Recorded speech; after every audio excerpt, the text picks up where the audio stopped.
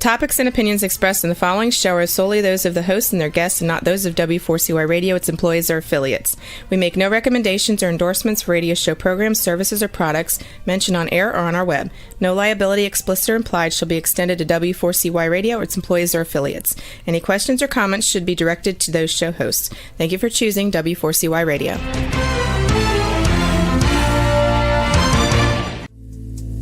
Welcome to Powerful Business Strategies, where you will find out that everything you have ever learned about growing your business is wrong. Finally, a show where you'll learn the right way to grow your business by learning business and financial strategies that your competition isn't doing. And now, here is your host, President of Next Step CFO, Michael Barbarita. And joining Michael for today's show as an executive moderator is Chucky Obia. Yes, this is Chucky, and I believe that gratitude is undefeated and growth is about the next step. It is an honor for me to moderate today's discussion with my good friend, Michael. Michael, how are you?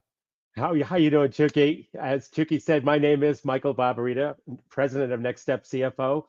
And Next Step CFO is a fractional CFO and strategic implementation firm. Our vision is to ensure overwhelmed business owners achieve the time freedom and consistent profits to build a legacy and live the life they desire. Our mission is dedicated to guiding small business owners to leveraging their time, exploiting their profits, and building a meaningful legacy.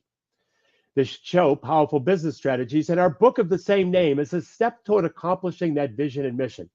So with that, I want to hand it back to my co-author and moderator for today's show, Chucky Obia.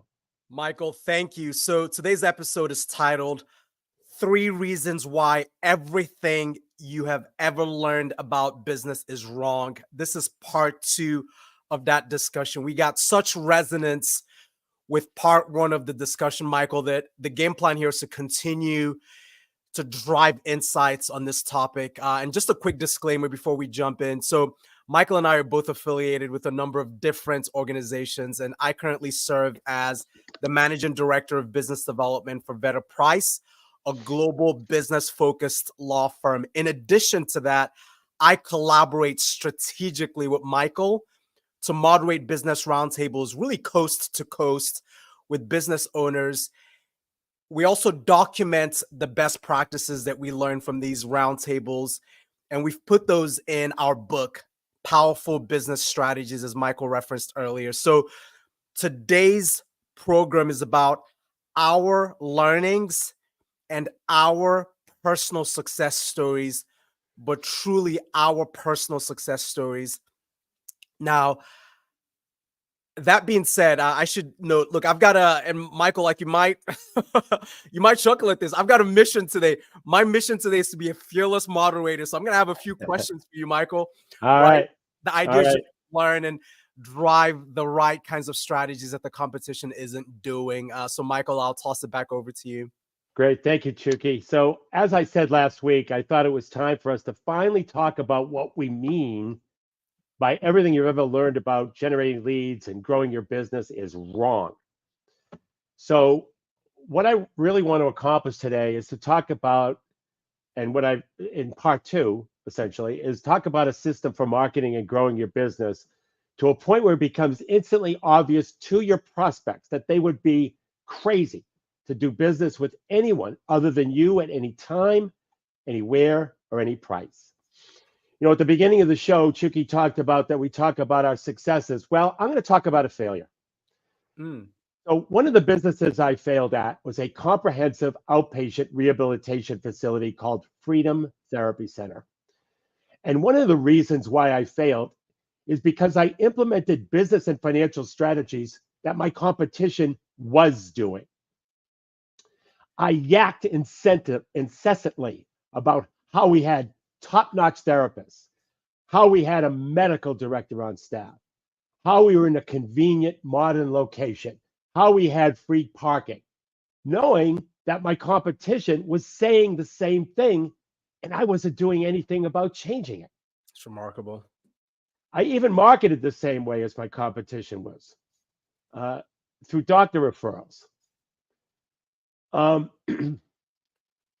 Hold on 1 second, Chucky. I have a frog in my throat. Absolutely. Yeah. No worries. I call that wisdom in your throat, right, Michael? I mean, there's so much goodness that you've got to share that we've got to get it all out. Look, I'm also taking some notes on this, and I see that there are quite a few business owners that are on, and this is good, right? I mean, this shows for business owners and leaders really coast to coast. I also see that some of you are lining up your questions. You could chat us your questions. So very excited. Michael, back over. Okay, I'm back. I'm sorry, Chucky. Oh, no I worries. had a bout with COVID, and you know how that can be. And so let me just say again, one of the reasons why I failed is because I implemented business and financial strategies that my competition was doing. I yacked incessantly about how we had top-notch therapists, how we had a medical director on staff, how we're in a convenient modern location, how we had free parking, ignoring the fact that my competition was saying the exact same thing. And by the way, notice I use the word we in front of every one of those statements. Remarkable. More on that later.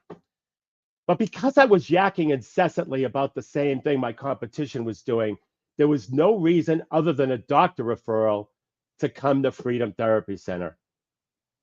Now, in contrast, in a business I succeeded at, which was a chain of specialty retail ski stores, we identified two specific problems that the customer had and didn't want while providing two unique solutions. Now, one of the problems that the customer had in the ski industry is they never really knew if the ski they were being sold was the right ski for them until they took it up on the mountain and skied on it. Now, we at our specialty retail stores and everyone had many hotshot ski salespeople.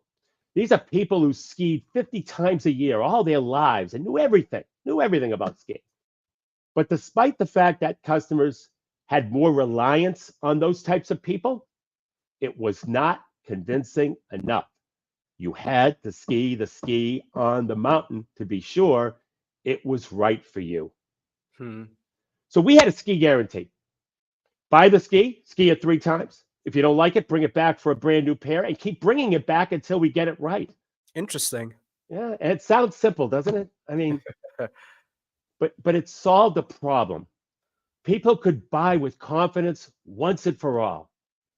They wanted to buy, they wanted desperately to buy. They just didn't want to make a $300 to $500 investment or more and ruin their entire skiing experience. The second problem the customer had was they didn't understand how to color match their ski equipment with their clothing. So we created clothing packages that matched the most popular colored ski combinations. We took all the guesswork out of buying clothing, and it created a great cross-sell opportunity. You see, everyone had packages for equipment, skis, bindings, and poles, but no one had packages for clothing. And we put together color-coordinated hats, bibs, parkas, and sweaters in a package that was also color-coordinated with the most popular ski equipment. So it's about solving problems and offering unique solutions. So there's a great contrast between a successful approach, the strategic approach, and failure, which was a tactical approach. One scenario where I was doing exactly what my competition was doing, and the other scenario where I was executing strategies that my competition was not doing. So, Michael, a couple of questions streaming in from that. And thank you so much for making that contrast very clear. So 2 questions related to this. So one is, how do you start that process of identifying a unique problem that maybe the competition is not addressing? Well, there's a process called a position of market dominance, and we're going to go into that a little later on. And one of the steps to that process is creating a customer avatar, and I'm also going to talk about that later on. So, Right. So to answer the question, I'm probably going to be addressing that a little later on. Yeah, looking forward to that. So that's that. Right. Now, And if I don't, call me on it. oh, Michael, this is the accountability podcast, right? We're gonna hold each other accountable. That's right. Now, one, and this is probably a really quick one. It's related to the story. So, how did you switch from one industry to another industry? I mean, the two sort of stories that you described seem like two very different industries. Was that part of the calculus for you? So, in one sort of industry, with the medical and healthcare services, you were doing one thing, and then in a different sort of business, the ski business, you were doing a different thing. Did the industry have anything to do with that? It didn't, but I got to tell you a secret. Go ahead. The ski industry was my first business. And so I did that right. And then I took stupid pills and didn't apply the same concepts to the medical business. Most people would say, oh, he probably was in the medical business first and then went to the ski business because he went from failure to success. I went from success to failure. Well, Michael, look, I think a lot of business owners would resonate with that. Thank you so much for that clarification. Now that I'm inspired by that. Very helpful. Okay, so the 3 reasons why everything you've ever learned about growing your business is wrong is understanding these 3 things. Number 1, strategic marketing versus tactical marketing. I talked about that very vaguely earlier, but I talked about it a little bit more specifically last week, and we're going to review that again. Outside perception versus inside reality. We're going to review that again. And then crush the competition versus copy the competition. We're going to get into that more today because we ran out of time last week. So let me review the strategical versus the tactical. There are 2 main components to any marketing plan: strategic marketing and tactical marketing. Strategic marketing is the content of your message. It's what you say and how you say it, including the concepts that you choose to focus on, the words, images you use to communicate those concepts, and the tone in which the message is delivered. So tactical marketing, on the other hand, has to do with the execution of the strategic marketing, such as placing the ads, building a website, attending trade shows, focusing on colors, fonts, and things like that. If I ask a business owner what their marketing plan was, the answer almost always comes back in terms of tactical marketing. They send direct mail, they run radio ads, they create a website, those kinds of things. But the key to effective marketing is to master the strategic side, not the tactical side. What you say in your marketing and how you say it are almost always more important than the marketing media where you say it. Now, I don't want to totally minimize the tactical part. The tactical part is important to a point, of course, but the real leverage is in the messaging itself, and that's the strategic side of marketing. In fact, when a marketing campaign fails, and I used to do this all the time, the tendency is almost always to blame the marketing medium, like the TV or radio station, which is the tactical part of the plan, without any regard to how good or bad the strategy behind that marketing piece was. During the show, we'll learn how to see differently in a way that will make a profound difference in your marketing results. But I want to point out that when I was with Freedom Therapy Center, we used to run ads, and I was real excited when we went on TV. We had TV ads, but the messaging was all wrong. And I blamed the TV stations, which was totally inaccurate. That's the tactical. That's thinking tactically and not strategically. Okay, now I want to review inside reality versus outside perception. Consider this. There are actually 2 sides to your business. First, there's what I call the inside reality. And second, what I call the outside perception. The inside reality encompasses everything you do and everything that makes your business outstanding. It's all of your skills, the people who work for you, your expertise, the way you service your customers before, during, and after the sale.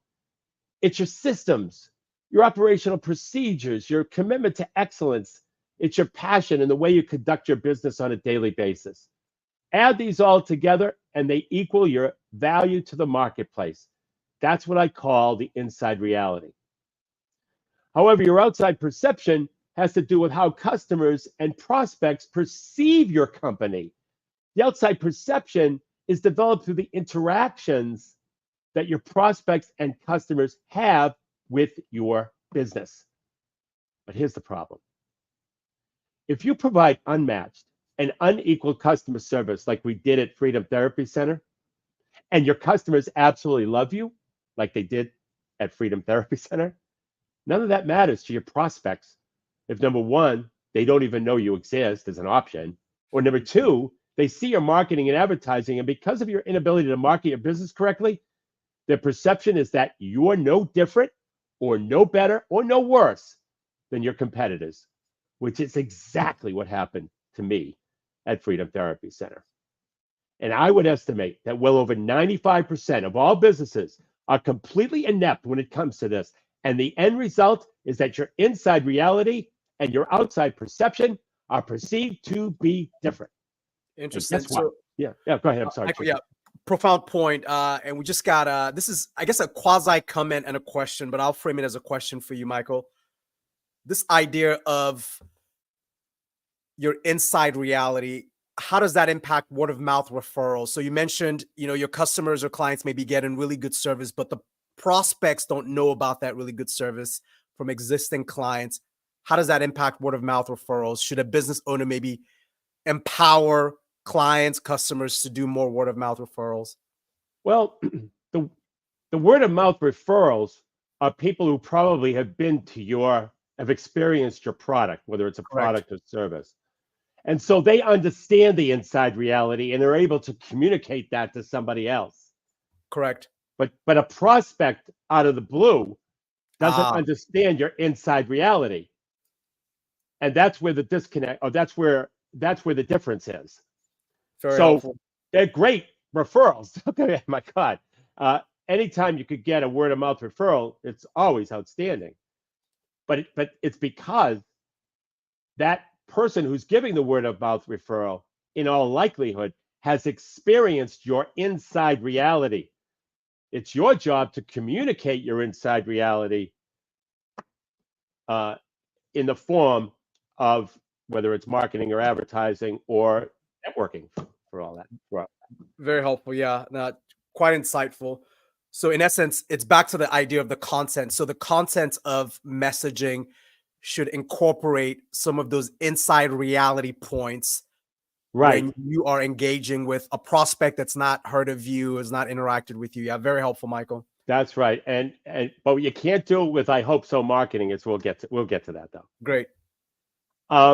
When you look like everyone else, the only way to differentiate you from the rest is price, and that's why your marketing must do the heavy lifting for you. But here's the brutal truth. If you're always competing on price, it's because there's no discernible difference between you and your competition. There have been no additional parameters or relevant issues introduced to educate your prospects as to what really constitutes the best value when it comes to buying what you sell. And if you feel like you're always competing on price, it's because price is the only relevant variable that you've given your prospects to consider. From the prospect's perspective, all things appear equal, so they default to the business offering the lowest price. It's not your fault, because every business school teaches the same old theory based on a broken model. However, I'm about to show you how to fix that once and for all. And what we're going to talk about is to finally allow you to first be better than your competition, and then second, do better marketing than your competition. This allows you to separate your business from your competition and become the obvious choice for your prospects to do business with. So Chucky, I want to challenge the audience today, and I'm going to talk a little bit about jargon, but I'm going to ask a question at the end of my explanation of jargon, and see if we get any reaction. So interesting. Most marketing out there is jargon. It's drearily commonplace and predictable. It lacks power to evoke interest through overuse and repetition. And so let me give you some examples of jargon. Largest selection. lowest price, best service, highest quality, most professional, most convenient, been in business for X hundred years. We're honest. So does my inside reality, what really makes me good at what I do, does that really shine through when I say those things? Can you tell specifically what makes me valuable to the marketplace when I say highest quality or best service? Now look, Absolutely not. yeah, so Absolutely not. Yeah. right. So I'm not saying that you shouldn't be those kinds of things. Those actually make up a foundation that you want to use to build your inside reality. But consider this. If my marketing says that I offer high quality and great service, isn't that drearily commonplace and predictable? Doesn't it lack power to evoke interest through overuse or repetition?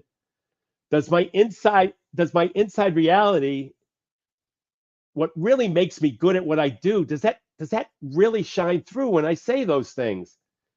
Can you tell specifically what makes me valuable to the marketplace when I say highest quality or best service? You see, you simply can't describe, demonstrate, exhibit, reveal, or even display your inside reality using jargon. It's impossible. And unfortunately, the end result is an outside perception that you're no different than anyone else. There's absolutely no distinction, no separation, no differentiation, none.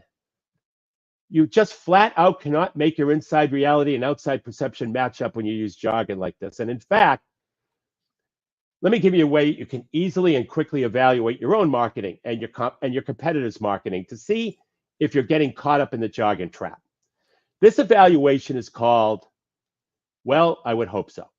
When you make a claim, don't think about it in terms of the words coming out of your mouth. Think about it in terms of the words entering your prospect's ears. This will enable you to realize how absurd most jargon is and how it sounds. So here's my challenge. Look at your competitors' marketing messages and then ask yourself if the prospect's immediate response might be, well, I would hope so. Because when you think about it, why would anyone buy from someone who doesn't have the highest quality, who doesn't have the best service or honest people? So look at your competitors' marketing and then look at your own. Are you saying the same thing? Or if your competitors are saying something different, is the customer still saying, well, I hope so stuff? I think you're going to find that we're all doing the same thing. So that's my challenge. Check out your competitors. See if they're doing I hope so marketing. Check out your communication, your marketing messages. See if you're doing I hope so. That's a great challenge. In fact, we're actually getting some ideas from business owners. So folks are saying I should probably check out my social media posts as well as my competitors' social media posts to run the same challenge. In addition to the website, it's funny, someone else made this comment about an elevator pitch. So I should maybe audit my elevator pitch compared to my competitors and see if I would pass this challenge or not. So yeah, Michael, really practical advice that you're providing there. Thank you. No problem. But I think you'll find that there's a lot of I hope so marketing out there. A lot of jargon. So remember, it's not who can do what you do, it's who can say what you say. And if your marketing is full of jargon, then sadly, that answer is all of your competitors can say what you say. You know, my competitors never copied my ski guarantee or packaged clothing. Now, they could have. I don't know why they didn't. But even if they did, it wouldn't matter because they would have been too late. Okay, they would have been too late, but they never copied it, even though it was working famously.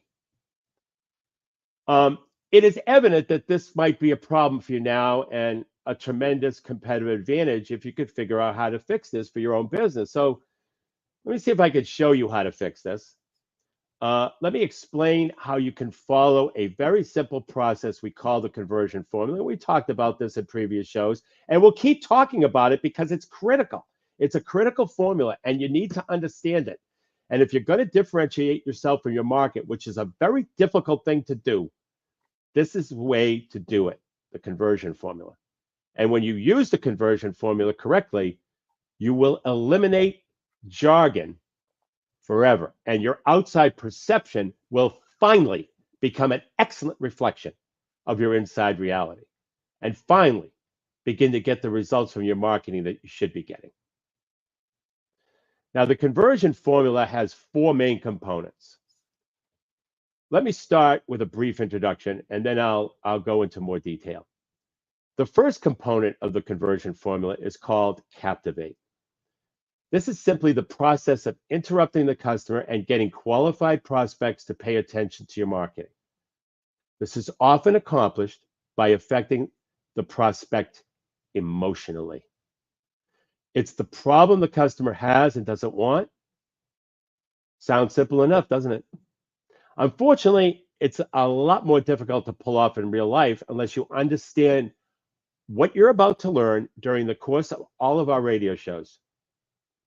Do you remember one of the problems the customer had in the ski industry was that they never really knew if the ski they were being sold was the right ski for them until they got it up on the mountain and skied on it? That's not jargon. That's a real emotional problem that the customer has. The second component of the conversion formula is called Fascinate. Once the prospect is interrupted through the Captivate, it's critical to give them the promise that information is forthcoming that will help them make the best decision possible, or in other words, facilitate their decision-making process. This is also best accomplished on an emotional level. More simply put, the Fascinate engages the prospect because it's the solution to the problem that they can't find. The solution we had to the problem for the customer in the ski business was ski the skis 3 times. If you don't like it, bring it back for a brand new pair until we get it right. So, and by the way, the conversion formula works like any other formula, and it has to be executed in the right order, otherwise it doesn't work.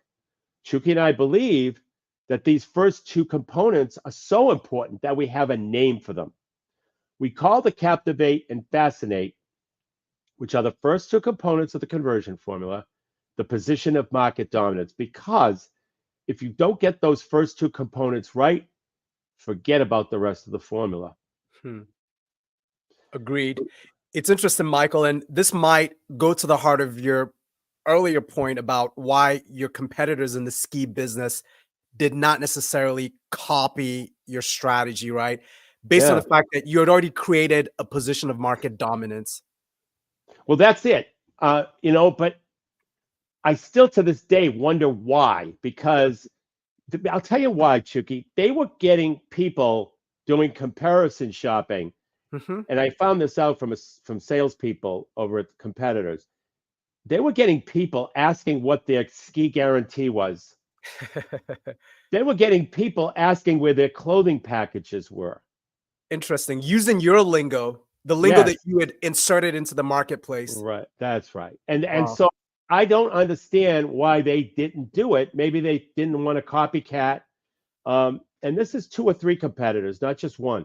There's a lot of competitors in the ski retail arena, and it really, I just to this day, like I said, I don't know why they wouldn't have implemented. I would have at least tried to implement a variation. I would have called it something different, but I would have at least tried to come up with an alternative. Michael, this might relate to the next step in the conversion formula, but how did you educate the marketplace? Right? I mean, you certainly got customers to start to use that lingo. How did you educate the marketplace? Good question. So one of the great features of the position of market dominance is that it flows freely into that third component called educate. Because once you've captivated and fascinated the prospect, you now have their attention, which is hard to get today. Yes. And as a result, you have the time, a little time, to give them information, more information that allows them to logically understand how and why you solve that emotional problem. Now, in the educating that I did, I just simply went into the fact that most skiers or beginners just never know if the ski they're being sold is right for them. They have no idea. and people resonate with that. And that was just part of the education process with that particular program. And educate is accomplished by giving detailed, quantifiable, specific, inside reality revealing information. The educate turns the corner from an emotional sell to a logical sell. So people make buying decisions emotionally and then back them up logically. The educate provides the logic to the emotional problem and solution that you presented. So this conversion is a logical sell. It's easier to do if you just follow the conversion formula. The conversion formula does that work for you. So the emotional component is the captivate and fascinate. The logical component is the educate. And so that's really why this formula is so effective. That's a remarkable point. I was just saying, Michael, that's a remarkable point. It's interesting, right? And I appreciate the way that you've broken that down, right? So the first two steps, the captivate and fascinate, that's the emotional. And as we know, and we found this out from our research, all buying decisions are based on emotions, right? That's right. And then people just rationalize the decision later on. We had sort of a funny comment from one of the business owners. I need to rationalize the new flat screen TV that I'm thinking of buying. Yeah, because our football season's coming up. That's right. There you go. That's rational. And so the fourth and final component of the conversion formula is the close. Now, the prospect has been captivated based on problems that are important to them emotionally, fascinated by the promise of a solution to that emotional problem.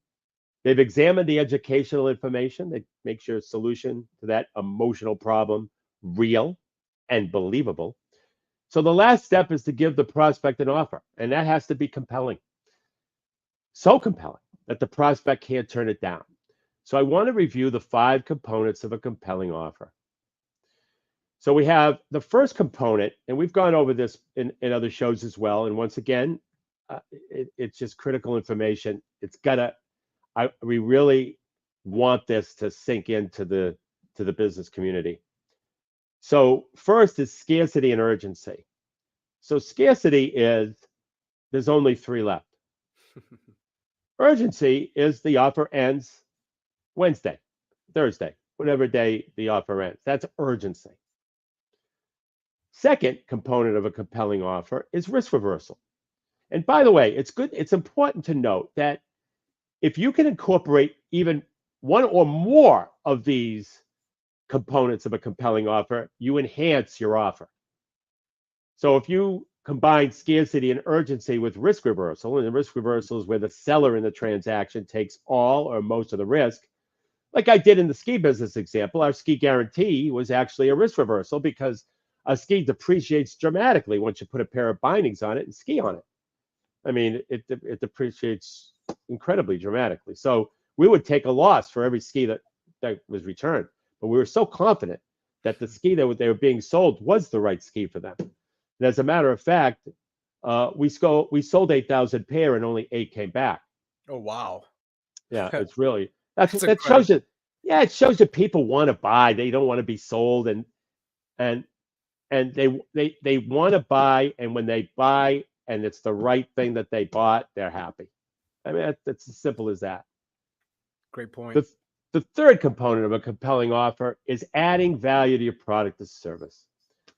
So let me see if I can give you an example for that. So when I was in the frozen cookie dough business, the problem the customer had was they didn't want to take up valuable oven space baking cookies. So if they were a pizza parlor, they didn't want to put cookies in with the pizza, or they didn't want to interrupt the flow of baking the pizza. So what we did is we gave away a free convection oven with every opening order. Now, did we make money with doing that right away? No. But the key is we understood the long-term value of a customer. And it was always worth it when we understood that once the customer started buying our product, there was a value to them buying it again and again. And there was a history that we had that they would buy it again and again. And so because we understood the value of a customer, we were willing to take a hit early on because we knew that the customer, in all likelihood, would love the product and continue to buy from us, which is what happened. But one of the two most important financial metrics for you to especially understand is, especially if you want to scale, is to understand what your cost to acquire a customer is and understand what the long-term value of a customer is.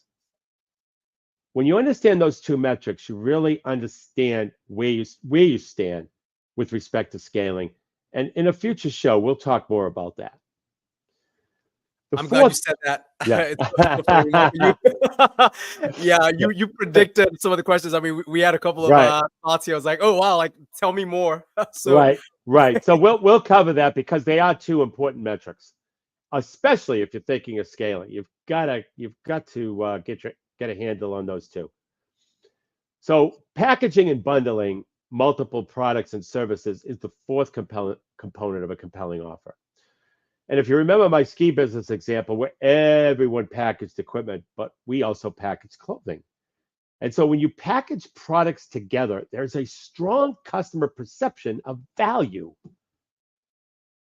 And so if you could ever come up with an offer that includes scarcity, urgency, risk reversal, adding value to a product or service, packaging and bundling, and then this final one called indifference to the outcome, where the prospect can tell when you're pressing to make a sale. And as a result, they surmise that you don't have their best interest in mind. That's a big problem. So by being indifferent to the outcome, it puts you and your prospect on the same side of the table where you're locking arms. And getting to know that person in terms of their inspirations and goals and objectives helps with this process. So indifference to the outcome is a really important component of a compelling offer, because if done correctly, puts you on the same side of the table as the prospect. So I think you can see from reviewing your competitors' marketing, and if you use the conversion formula, you'll be implementing a business strategy that your competition isn't doing. You'll be crushing your competitors versus copying your competitors, which is that third reason why what everybody's ever learned about growing their business is wrong. So the conversion formula follows the formula for what marketing is supposed to do in the first place. In fact, at this point, we can simply say that your marketing's job is to captivate, fascinate, educate, and close. And here's something that almost no one understands. And one of the reasons everything you've ever learned about business is wrong is we've all been conditioned to believe that as long as you've captivated or interrupted the prospect, that's it. That's good enough. Job is done. The job is done. No. But you have to realize that if you only captivate or interrupt the customer, that's only 1/4 of that conversion formula. You've got to include all four components in the exact order: captivate, fascinate, educate, and close to get the maximum results from your marketing. So let me give you a quick example. When I ask most daycare providers why parents should choose them instead of the 17 other local daycares, they always give me the same boring answers: high quality, attention to detail, we supervise our staff better, we're honest, we've taken care of more than 200 kids, and so on. Nothing but jargon. Unfortunately, this exact jargon shows up in boring, ineffective headlines. For instance, when I looked at the marketing of various daycares, they said things like safe, nurturing, and creative environment, optimize your child's development, acclaimed by thousands of parents, accredited by industry professionals, a leader in early childhood care and education. Those are all real headlines from real ads. Jargon and more jargon. But note this as well. These headlines all speak to the daycare, not the prospect. You could place the word "we" in front of all of that jargon and it would fit perfectly. We optimize your child's development. We are acclaimed by thousands of parents. We are accredited by industry professionals. We are a leader in early childhood care and education. Prospects don't care about you and the daycare. They care about themselves and their kids. None of those headlines addresses their problems or concerns of the parents. If you really want to interrupt John and Jane Doe, you've got to use more powerful language than that to get them to respond at an emotional level. So how about this headline to effectively communicate the concept of a safe, nurturing, and creative environment? Ever felt like your daycare treated your child like a number instead of a little person? Or how about this? One to convey being a leader in early childhood care and education. Is your daycare's idea of good educational curriculum watching Barney on TV? Or this one? Introducing a daycare center that doesn't consider mac and cheese to be one of the 4 major food groups. Or how about this one? How would you like your child to be reading at a first grade level before starting kindergarten? Brilliant. See, all those headlines work in tandem with close-up pictures that work to reinforce this powerful and compelling message. That headline that said, ever felt like your daycare treated your child like a number instead of a little person? Next to it could be a 4-year-old sitting in the corner with his head buried in his hands, crying. Talk about powerful, emotional, and compelling. Talk about captivating and interrupting. Absolutely. See how these headlines speak to the issue of the prospect instead of the daycare? See how they reflect the fanatical attention to detail that is the foundation of the daycare's inside reality? Well, it also passes the challenge, Michael. It passes the test, right? The I hope so test. That's because right. It cuts through at a very emotional and strategic level. Right. Exactly. Well, Chucky, I think it's time for compliments. Great. Compliment section. Absolutely. Yeah. Yeah. Look, so I mean, this take it is away. this is one of the segments in our show that's really in high demand, and it's our contribution back to the business community. And Michael, we have 5 business compliments that we want to spotlight today. We'll start with a business owner you and I just have a lot of regard for. And by the way, these business compliments are for business owners that are coast to coast. So really a national scope here. The first business owner is Dr. Amanda Romine Nelson. She is a pharmacist, passionate about helping people decrease their meds, live healthy and thriving lives. You can check her out at askcoachamanda.com. I mean, we met her at one of our business roundtables, and we've just been really impressed. In fact, fun fact about Dr. Amanda Romine Nelson, she is a pharmacist. She has an engineering background. She has a healthcare background. She's also done some work within the financial services space. So I think it's safe to say that Amanda's a true problem solver, right, Michael? That's right. Absolutely. There's no doubt about that. Right. So a couple more folks.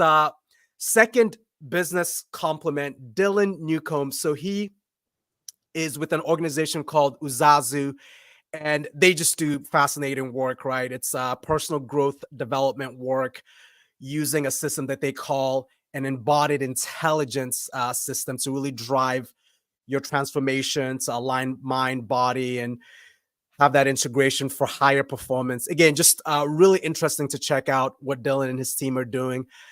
And again, coast to coast. So Amanda's out on the East Coast. Dylan's also out on the East Coast. Let's go with the next business compliments.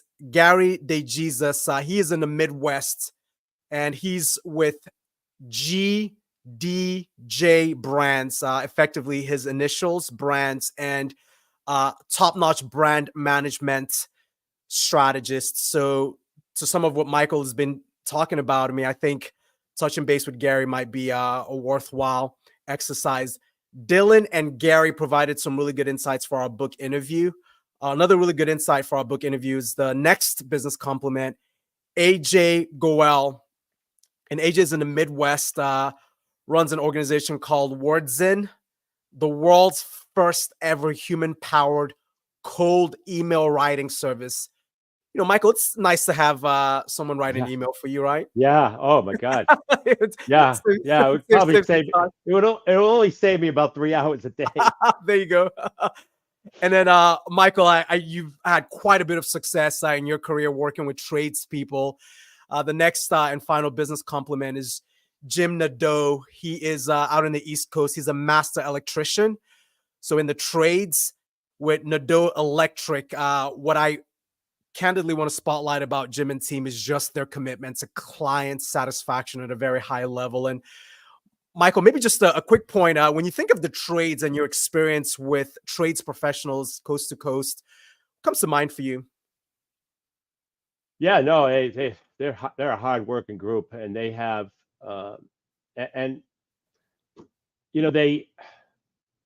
they really dig deep into the thing I've noticed about the trades more than any other industry that I've worked with is that they care about the customer the most. Yes, They really do. They really work hard to make that customer happy. And when the customer isn't happy, they're in a depressed state. But they work hard to reverse that scenario. And so that's really one of the things for sure. And Chucky, in the 3 minutes we have left, I have some bonus content. Could I provide for that? it. Okay. So what is one of the first steps needed to create a position of market dominance? We've been talking about the position of market dominance, the captivate and fascinate. Well, it starts with what's called a customer avatar. Now, a customer avatar, also known as a customer profile, is a detailed profile of a company's ideal customer. It's a fictional representation of the type of person who is most likely to purchase a company's products or services. And the goal of a customer avatar is to help businesses understand their customers' needs and wants and how their products or services can solve for those needs and wants.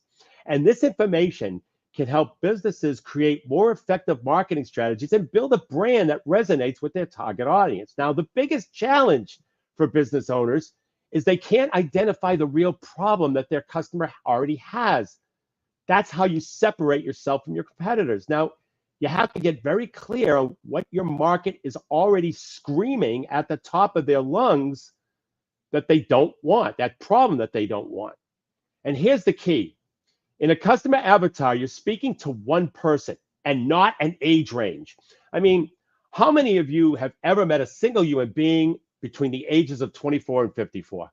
I mean, that's another problem with why we're all struggling, because you're talking to someone who doesn't exist.